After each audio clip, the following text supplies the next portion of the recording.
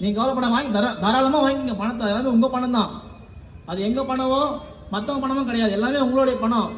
உங்ககிட்ட வரி போட்டு உங்கள் வீட்டு மன வரி, உங்கள் கார்பரேஷன் டாக்ஸு, உங்களுடைய இபி பில்லு எல்லாத்துலேயுமே கொள்ளடிச்ச அந்த பணம் தான் உங்களுக்கு திருப்பி அப்படியே கொடுக்குறாங்க.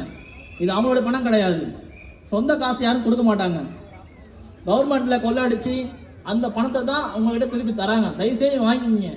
வாங்கிட்டு 2026 இந்த வருடம் வருகின்ற ஏப்ரல் மாதம் சட்டமன்ற எலெக்ஷனு, அந்த பணத்தை நீங்கள் வாங்கிட்டு எங்கள் தளபதி வரணும்னு நீங்கள் ஆசைப்பட்டீங்கன்னா எங்களுடைய விசில் சின்னத்தில் வந்து நீங்கள் தயவு செஞ்சு ஓட்டு போடுங்க.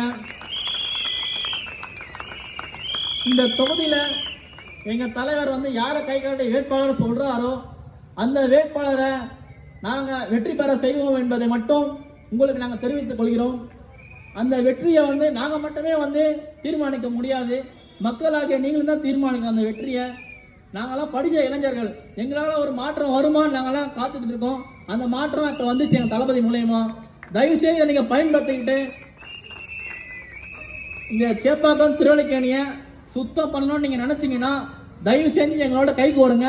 எங்களுக்கு ஒரு வாய்ப்பு இல்லைங்க.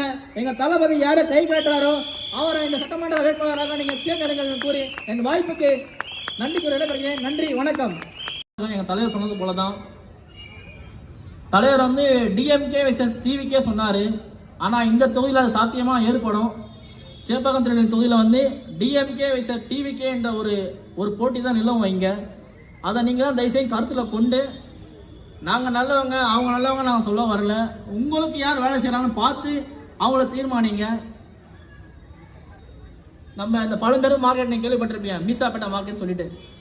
இந்த மார்க்கெட்டில் வந்து ஒரு 2 மாதம் முன்னாடி நினைக்கிறேன் ஒரு யூடியூப் சேனல் வந்து பேட்டி எடுக்கிறாங்க. அங்கே இருக்கிற மார்க்கெட் வியாபாரிகிட்ட பேட்டி எடுக்கிறாங்க. இந்த மாதிரி நீங்கள் யாருக்கு ஓட்டு போடுவீங்க அப்படின்னு சொல்லிட்டு.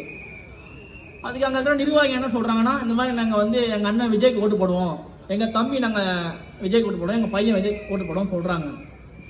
அதில் யாரெல்லாம் வந்து விஜய்க்கு ஓட்டு போடுவோம்னு சொன்னாங்களோ ஒரு ஸ்பெசிஃபிக்காக அவங்க கடையை மட்டும் இடித்து எந்த ஒரு நோட்டீஸும் கொடுக்காத, கேட்டால் உயர்நீதிமன்ற ஆர்டர் சொல்லிட்டு அந்த வியாபாரிகள்லாம் ஏமாற்றி இந்த புல்டோசரு இந்த கொக்கைன் வண்டியெல்லாம் கொண்டு வந்து இடிச்சுட்டு அந்த வியாபாரம் பண்ண வச்சிருந்த பாப்பிள் ஆரஞ்சு எல்லா பழத்தையும் கீழே நாசம் பண்ணி, அப்புறம் நம்ம நிர்வாகி தகவல் தெரிஞ்சு அங்கே இருக்க நம்ம பகுதி சேரர்கள் கௌதம் அவங்க நிர்வாகிகள்லாம் உடனே போயிட்டு அதை ஸ்டாப் பண்ணி பிரச்சனை பண்ணி அப்புறம் என்ன தகவல் தெரிவிக்கிறாங்க. என்னன்னு போய் பார்த்தா இந்த பேட்டி கொடுத்த ஒரே நோக்கத்துக்காக அங்கே இருக்க மொத்த கடையை இடிச்சுட்டு அவ்வளோ ஒரு பயத்தை உண்டாயிருக்காங்க. அங்கே போய் நாங்கள் பார்க்குறப்ப